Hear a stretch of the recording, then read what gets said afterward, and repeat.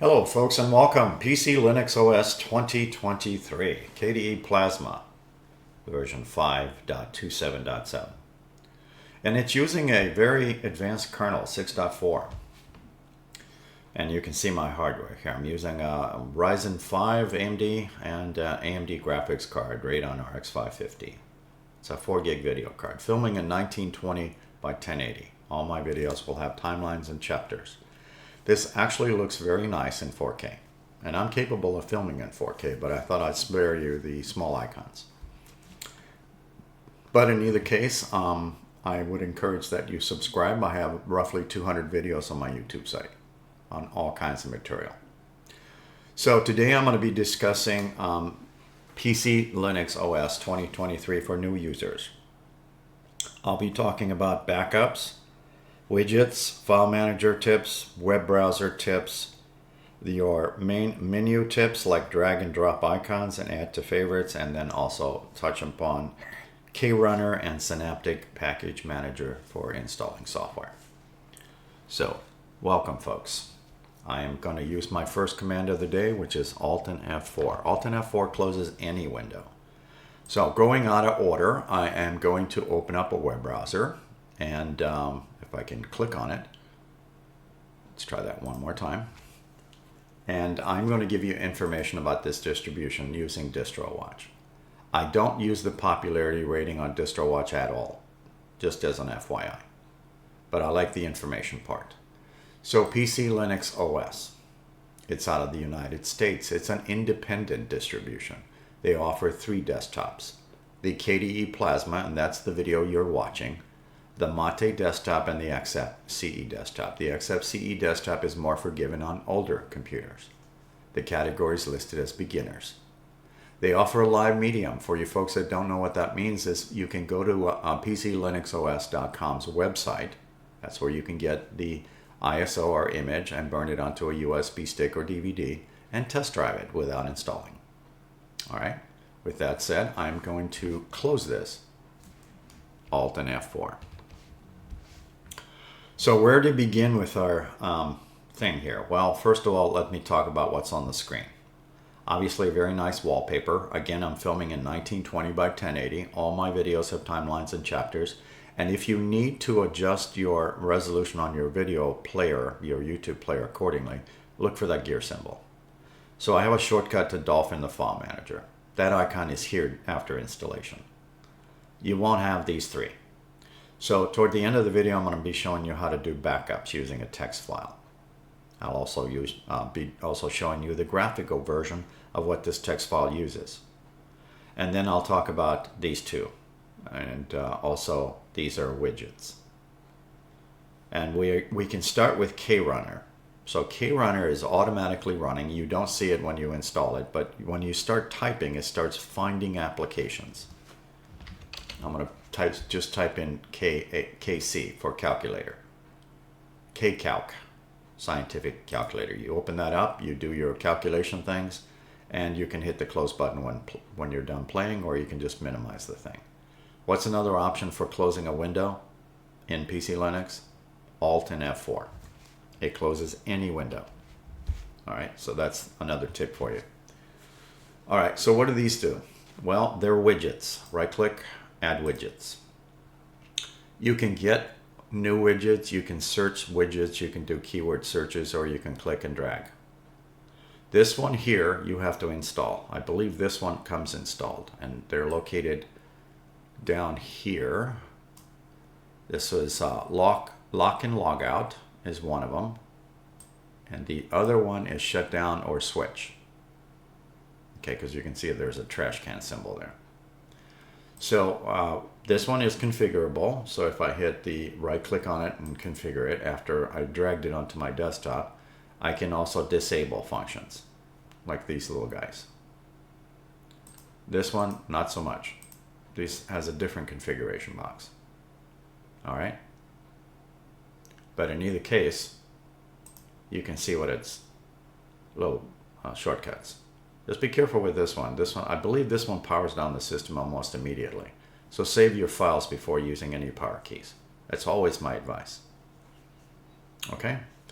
Again, this is just a text file, and I'm going to show that later. That's for backing up stuff. So let's look at the panel briefly. Time and date thing with calendar. My wireless thing, my microphone thing. Display configuration. I don't have any USB devices, but anyways, no devices available. And then volume thing, clipboard thing. I'm using simple screen recorder, which I added. I installed, in other words. Notification thing and terminal. For you folks that like to see terminal information, if you have experienced that, I will just give you INXI. Sorry, I thought I had something else in the buffer. So that is a command that shows system information, if you have never used that on a different distribution, but maybe you're brand new to Linux. I'm going to double click on that line to make things bigger. Double click to make it smaller. So I'm using this mouse pointer for several reasons. One, it's yellow and it's nice and pointy.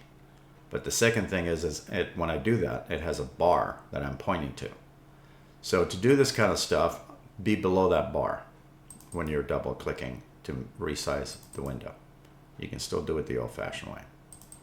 All right, still too small for you? Let me blow up the text. Well, not blow it up. You know, make it larger. It's kind of a bad word, huh? PCLinuxOS 2023, KDE Plasma 5.27.7. 6.4 series kernel, fairly advanced. One more time on the hardware, AMD Ryzen 5, graphics card Radeon RX 550. One more reminder, I'm filming in 1920 by 1080. Again, all my videos have timelines and chapters, so you can always hit subscribe and watch this video at your leisure when you have time. You can also watch my videos on the big screen TV if you have a YouTube app. Just keep that in mind. Alt and F4. Okay, so we have Synaptic Package Manager. 16,464 packages are currently listed in here. 1805 are installed. You can see that information right here. Where's the stuff coming from? They only have one repo here, so repository, and that's where that's coming from. And it looks like they do all three of their desktops from there. KDE, XFCE, and Mate. These are different desktops. So today you're looking at the KDE, which is the KDE Plasma. It's pretty simple. You can do a search, you click on things, you mark it for install, and you hit apply. Don't know what these legends mean? Click the help, legend, and take a look at those.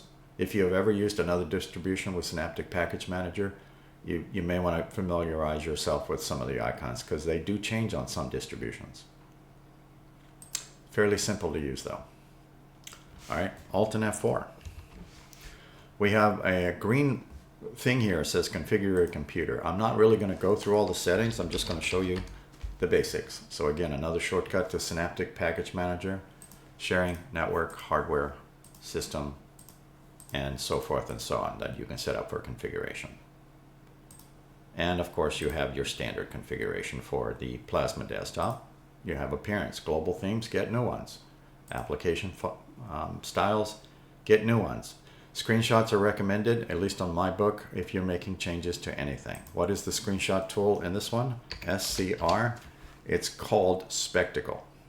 I know it's kind of a weird search for that, but you can also use Krunner for this. I just put in SP and you can open that up, and it's got the full screen mode, rectangular, or active window, which is my favorite. Active window basically takes a picture of this box only, no wallpapers. It never takes a picture of itself. Take the snapshot and save it to whatever folder you want. Again, I recommend that anytime you're doing any kind of changes with numbers and stuff like that. All right, Plasma styles, you can get new ones. Font sizes, don't like the size? Well, make it bigger. Just don't go crazy. Icon sets, don't like these? Get new ones. Cursors, again, I'm using Radioactive. That normally does not come installed. This is installed in .icons in my home folder. I'll point to that when I get there. These are installed in USR share icons. The system is smart enough to look in both locations. Whether you put that folder in your home folder yourself, like I normally do, or you have the system do it for you in here when you're getting new cursors. As soon as you install your first new cursor, it installs that folder in your file, in your current logged in user. .icons. It's a hidden folder.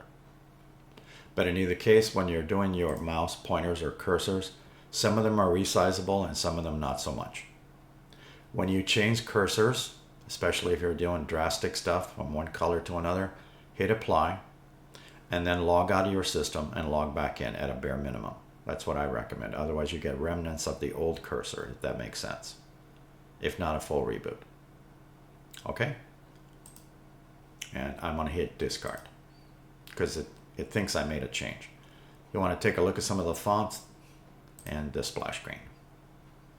All right, so most of this stuff is just general Plasma stuff.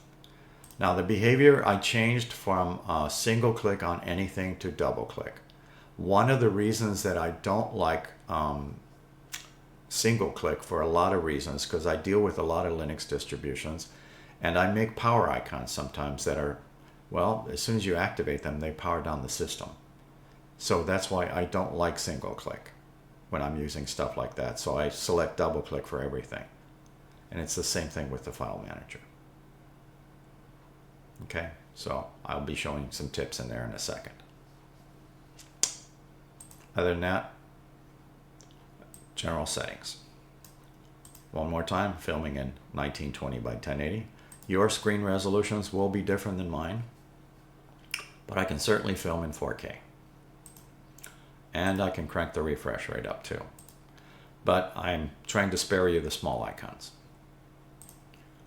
Okay, one more time. PCLinuxOS 2023, KDE Plasma.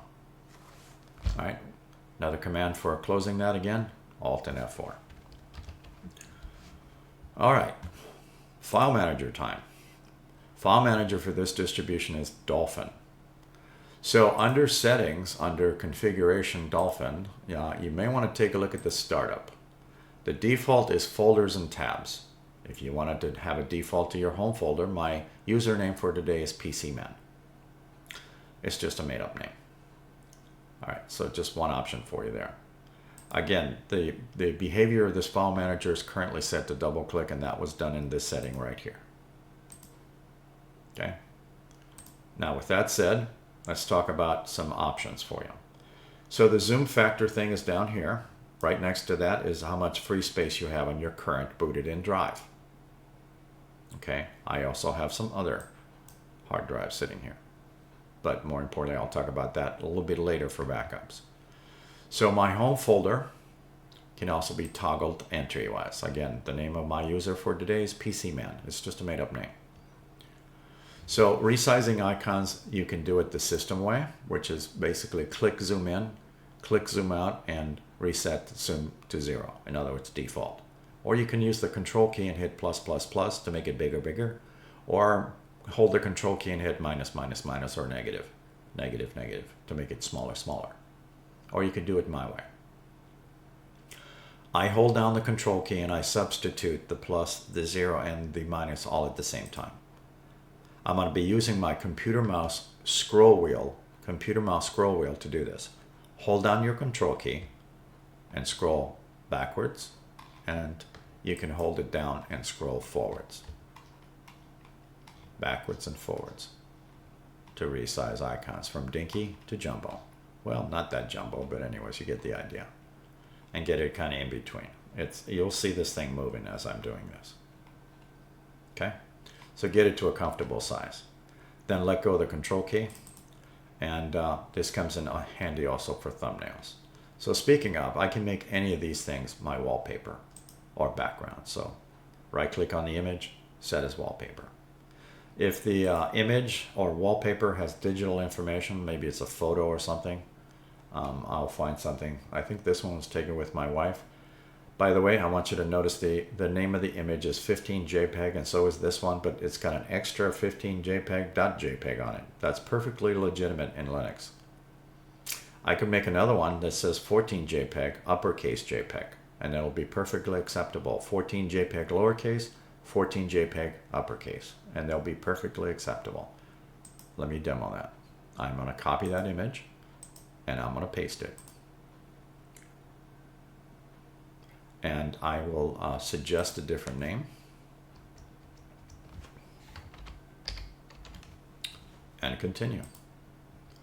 Those images now are both 16 JPEGs. They're identical image-wise. File name, not so much, because it's got an uppercase JPEG and a lowercase. All right, now I'm going to continue. Right-click on that image if it's digital, and you can hit details and see how kind of camera that was used. This happened to be an iPhone 10, and you can see all the particulars. Okay. Couple of different ways that I can close this box. I can hit cancel, I can hit X, or use Alt and F4. Alt and F4 it is, and continue. Now I'm going to give you some tips using documents. So I will go with documents folder, and I'll talk about these. First I'll blow this up a little bit, making it larger in other words. So if you're coming from the Microsoft world, maybe you used a Mac, maybe you use all three, Linux, Mac, and Windows. This is a typical file, text file, from like a Windows system or possibly a Mac. This is also the same file on a Linux system. I'll open it. Another tip, if you're using keyWrite, hold down the Control key, take your computer mouse scroll wheel and scroll forward and scroll backwards. Scroll forward, scroll back to make the text bigger or smaller. But in either case, you can see there's text in here under that A. This is also the same file. So if you are making your text files on a Linux system and you're sending it to your counterpart or friend or family member that is using a Microsoft or a Mac system, the Mac interprets that as an application. The Windows system kind of it'll probably just say, huh, what is it? Now, Linux understands this as a text file, but the Mac system and the Windows don't. So do your friend a favor, rename that thing to like TXT if it's a text file. All right, the next one is I'm going to talk about zooming. So I'll use the printer manual for my example. I'm going to open that, double click, and I'm going to point to that line on the top with my mouse pointer. That's one of the reasons I like to use this one. And you have to be below that line where the mouse pointer is. So double tap to resize the window. You can certainly do it the old-fashioned way. Now I'm going to talk about zooming. So if I try to zoom here, let me blow this or make this wider, sorry. If I hold the Control key and scroll up and down, nothing happens in here. Okay, just to let you see that. But as soon as I pass this perimeter here and hold the Control key and then scroll up and back, it starts zooming. So what's the minimum? 12% on this PDF, and the maximum is 10,000%. Some of your PDFs are going to be different. But more importantly, when you are trying to zoom in on an area, you press down and hold the Control key while using your computer mouse scroll wheel. You scroll forward, you scroll back, and scroll forward. And once you got it to the size you want, you let go of the Control key. And now it'll scroll in this size. It's currently at 400% on this PDF. So as I'm scrolling around, I can also scroll back out to kind of skip over the pages. And then if I got something like, I want to see this paper tray, for instance, holding down the Control key, zooming in. Resizing, letting go of the Control key, kind of walking this around, holding it down again and zooming back in. You get the idea? Holding down the Control key, zooming back out, zooming back in, zooming out, zooming in. I know I'm probably making some of you folks sick doing this. Don't forget there's also page up and down on your keyboard. All right, I'm going to use the conventional X. Again, Alt and F4 can also be used to close this window. So let me go back to the actual home folder. So this mouse pointer or mouse cursor is actually installed in a hidden folder in here. You don't see it currently. So if you're fairly new to Linux, all modern file managers for Linux use this same command for showing hidden files and folders, or at least most that I've ran into. Control H. So the system created that folder. I normally manually create that folder. Right click, create folder. I normally manually create this. This is where I install my mouse cursors or pointers. The mouse cursors and pointers that are installed on your system, these are installed in USR share icons. This one is installed in this location right here. It's called radioactive. I normally install mouse pointers just using a file manager. And I installed usually several at a time. I just wanted to spare you just the one folder today. This one got installed by the system though, because it has this extra stuff on it. When I install these normally, it just has the word radioactive on it. I use the same mouse pointer also, because it's the same file. You can hit subscribe. I have lots of videos on my YouTube site. You can almost watch any of them for any distributions on how to install mouse pointers or cursors. They're only installed in 2 locations on all Linux distributions. Dot icons for the locally logged in user and USR share icons. I used to show that heavily on my last channel. On my new channel, I just make mention it's easier to install it here, and it is, because you have the permissions are putting as many files and folders here. The USR share icons, you need root permissions. All right, don't want to confuse the folks that are still learning. But in either case, I wanted to let you see where that's installed. Okay. Those commands that you perform in terminal are recorded here if you're using Born Again Shell bash history, if you needed to know where that file is. Okay, I just used an inxi command earlier. That's the inxi command, and that is system information. I'll make this larger for you. Spare you the eyeballs. Hopefully that's large enough. Anyways, now you can see the system information just using that simple little command. Alt and F4. All right, I'm going to use Control H to turn off hidden. But there you have it. So you have some hidden files and folders in here. When I get into backups, that's why I don't recommend that you copy your whole home folder, because your cache folder also contains a lot of subfolders and a lot of information in here. So when you're backing up your system or you're backing up your personal files, I would just select the individual folders. Most of the time you're probably doing documents and music and pictures, maybe videos. But in either case, I think I'm done with the file manager. Alt and F4. And I'm done with that. All right, I am going to open up the web browser and give you some tips in here. So web browsers are interesting. You can, of course, resize information on the fly. I am just going to use the default, whatever this thing is. So again, I'm using this mouse pointer to point a little bit, well, you see these bookmarks. So for me to use this feature I'm about to show you, which is resizing the innards of a web page, you have to be below this line with your mouse pointer. If you're above this line and perform this, it will not work. So right now I'm going to push down on my control key on my keyboard, and then I'm going to use my computer mouse scroll wheel to scroll up and back. Nothing's happening. As soon as I put my mouse pointer right below this line, I can start resizing. So what's the minimum? It's 30%. What's the maximum?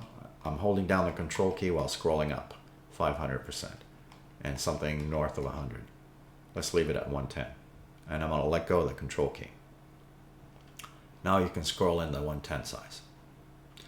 Let me give you some tips on middle clicks. For you folks that don't know what that is, the middle click switch you may or may not have on your computer mouse scroll wheel. I do. Mine is a fairly inexpensive mouse, and I have one of those. Listen carefully. I'm pushing straight down on my scroll wheel. So mine has one of those little switches called a middle click, and I'm going to use that to open and close tabs. And for the demo, I'm going to use Google News.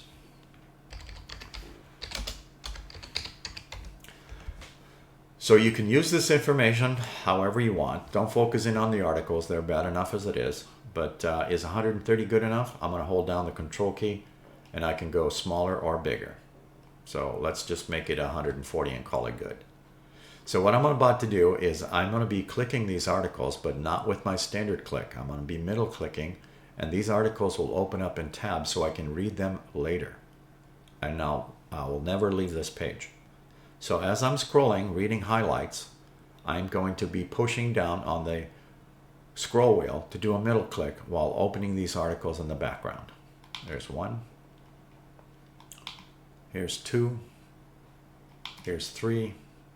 I'll scroll down some more. It doesn't matter how many I do. You can see them loading right here. That's probably sufficient. All right, so I can go back now and read these at my leisure. These are also independently resizable. So if I'm looking at that, I can also hold down the control key and scroll up to 230%. I'm going to let go of the control key and now it's in 230. I'm going to click this one. It's at 100%. I'm going to scroll backwards to 30% and let go of the control key and scroll in the 30% and switch back to the 230% and back to 30. You can do this with any of these tabs at any size you want. Well, from 30 to 500%. Now, let me talk about something that a lot of folks don't realize. First of all, you know, you're reading the article and you're done. So you're going to aim for that little tiny box. There's another way to close a tab, but normally people aim for this little tiny square. It's not really a lot of surface area. However, this white box is a lot of surface area, and that's just one of the reasons I like to use this mouse pointer, is to point this out. So this is quite a bit of surface area for me to do a middle click versus this one. So what you're going to see me do is I'm going to move my mouse cursor across and I'm going to be middle clicking these tabs, and I don't have to have them open to close them with middle click. Hopefully that was clear. So what I'm going to do is as I move these across, I'm just going to arbitrarily pick a different tab and middle click on it, and it'll close automatically. Middle click, middle click, middle click, middle click, and what happens when I middle click the last one? It's the same as the X in the corner. It closes the web browser. So these are the tips for the web browser. All right, so one thing that I haven't shown yet is how to do shortcuts in the menu here. So let me, how about if we pick on a game? So we can right click on this, add to desktop, add to the panel, which is a widget, and pin to the task manager. So you got all those choices. You can also add to favorites, and it produces another column in here. So this becomes a favorite. I would be very careful with the power buttons when you do this, because they're single clicks when you do that. All right, but you can certainly add to favorites if you like. But I'm going to also show you another option. So I'm going to click and drag the icon and drop it on the panel. Okay, so just another option for you. I could do this also with the Firefox web browser. And this is Simple Screen Recorder. It's just the one I'm recording, so it puts the icon before that. So now I have some shortcuts. Okay. Let me see what I covered. So I covered the Krunner, right? Where you just start typing, like CA for calculator, or maybe LibreOffice. LibreOffice is 7.5, by the way. So it's fairly new. I'll give you the full thing. 7.5.5.2. For you users that are used to Microsoft Windows, this does save in Microsoft formats. Okay, here are some of the formats. You can see this is Word and lots of other formats. What's another way of closing this box or anything else? Alt and F4, Alt and F4. Okay. Let's talk about backups. So you type in the word backup, and what do you get? Well, you have Grsync that comes up. There is also Rsync. I'm sorry, it is using Rsync, but there's also time shift. So time shift, I would encourage that you activate. It also uses Rsync. If you're using extension 4, this becomes really handy for a file system. And I believe that's default anyways when you are installing. So time shift uses Rsync. You open that up and follow the directions, and normally after you click OK, you forget all about it. And time shift will save your bacon down the road because it will be making backups in the background. So you can do a system restore later.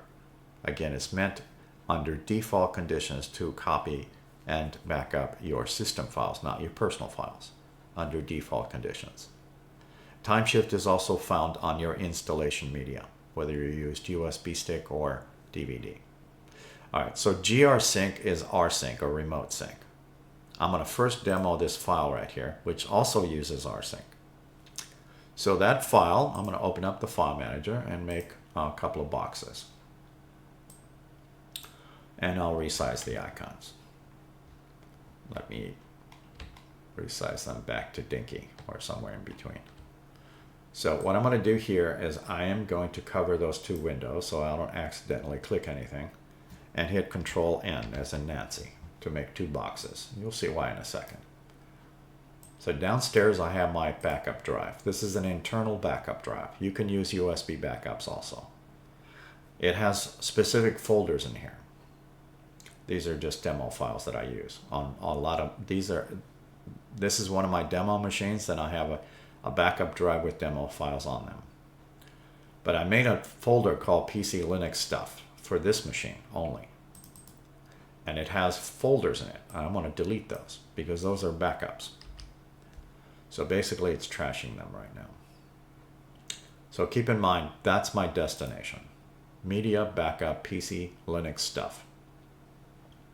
So what I'm about to show you is I'm going to be making copies of my Documents folder and Music folder. I'll get rid of the Hello World because I can show a demo on this in a second. So you agree there's 4 icons in here. So what I'm going to do here is let you see the backup in process. So I'm going to double click this one and I'm going to execute it. And it's going to start making backups, and it's finished because I'm using a very fast hard drive. So depending on the files in your Documents folder, these are exact duplicates. Now, a lot of you folks are probably going, well, I don't need that. I can just drag and drop. Yes, you can. However, Rsync is a lot smarter. Rsync is what's being used on this file. I'll show you that in a second. But more importantly, what Rsync does is it verifies if you have files on here and I rerun this, it won't have anything to do because it's already made the backups. However, if I change a file, add a file, and rerun that, it replicates it over and leaves the rest of them intact because I didn't alter them. Example of music. Going back up to here, we have 4 and 4, right? I'm going to go back to my regular user music. Okay, so the path is PC man music. This is again the backup drive. I'm going to create a new album. I'm assuming if you are putting in music, you create your own folders, but maybe not. So that popular album on the internet, the Hello World, it's the greatest thing since sliced butter. Everybody's hot for it. Just a little humor there, folks. Got to break up the monotony of this. So I'm going to replicate this, and what's going to happen after I double click on this thing, it's not going to replicate these because Rsync knows that there's no changes be done on these to match. But it will find this one's missing and it'll replicate it over. That's what makes Rsync faster the second time around. So I'm going to run that. At the same time that I ran this, it also checked my Documents folder. Actually did it before it replicated that. So let me show you what that file looks like. That's the file that runs this. It's just a shortcut. This is a shortcut to this file. It's using 3 lines of code, 3 lines of text. Using a text editor. I have the details on my YouTube site if you want to know. You can find any of my videos that have anything to do with Rsync or Grsync, and you can use the same information. This is called a bin bash statement. That's the hardest thing for people to learn. It's pound exclamation point, no space, /bin, /bash, born again shell. Rsync is remote sync. You can find that information on the internet. The -A is archive. That means it makes an exact duplicate of what I have in my Documents folder, or at least verifies it. The tilde is just the home, my user, the home folder user. And then /media backup PC Linux Stuff is the path. Okay, so if I go over to here and click my drive and open up this folder, that's the same path. Again, I have full details on my YouTube site. So I'm just making copies of Documents and music. You remember when I added the music folder, it still checked this first because that's the first in line. You can add as many lines as you want. So basically if I do a paste, and this file, is it set for, I'm going to discard this for a second. Thought I did. Yeah, it's executable.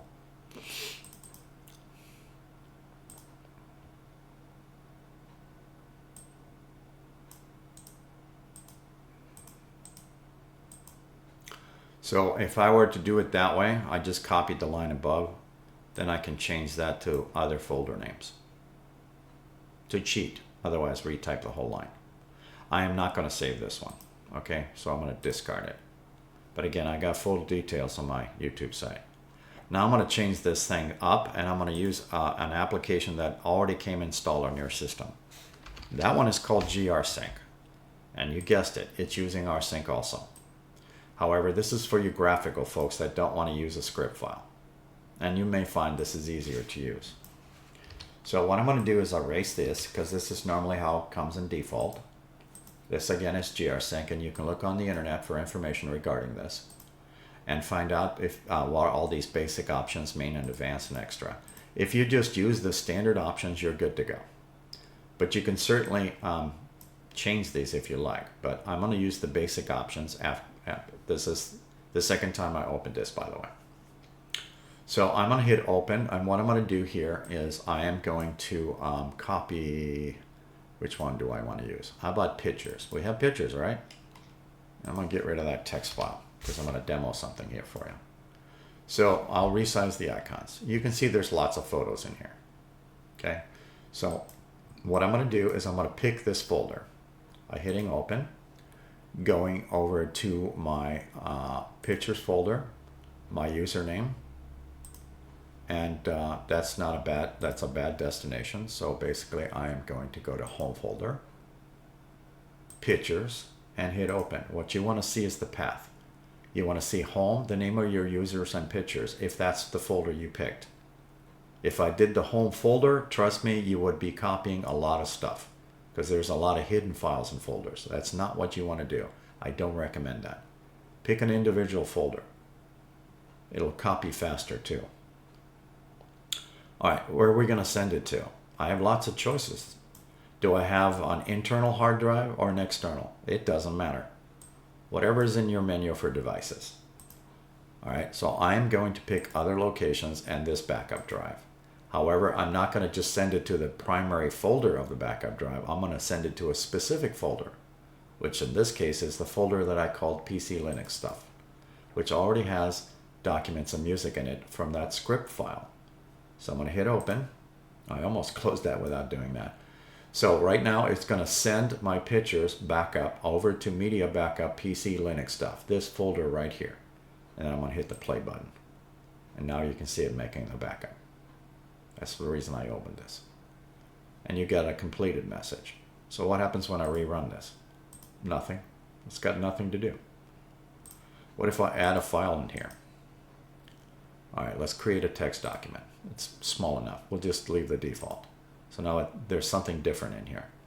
So when I rerun this, again, Grsync is smart enough to realize that it doesn't need to replicate the rest of this stuff, but it will find that it's missing a file.